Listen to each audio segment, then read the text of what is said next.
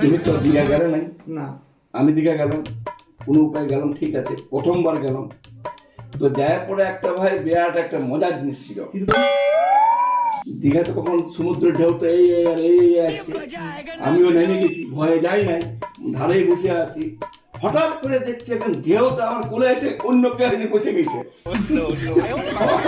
তারপর আবার হইলো, আবার একবার ঢেউ মারলো, আমি দেখছি যেখানে ছিলাম না পাথর উপরে উঠে গেছি।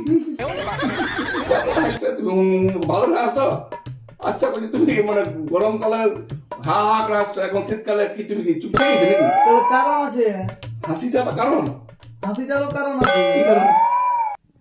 যদি এখন আমি জোরে হা হা করে হাসি, হ্যাঁ তাহলে ঠোঁট ফেটে যাবে, হ্যাঁ ফেটে যাবে। হ্যাঁ আবার ভেসলিন কিনতে হবে, হ্যাঁ আবার লিপ বাম কিনতে হবে। হ্যাঁ। তো ওগুলা কিনতে গেলে তোমার কম্বলের দাম হয়ে যাবে।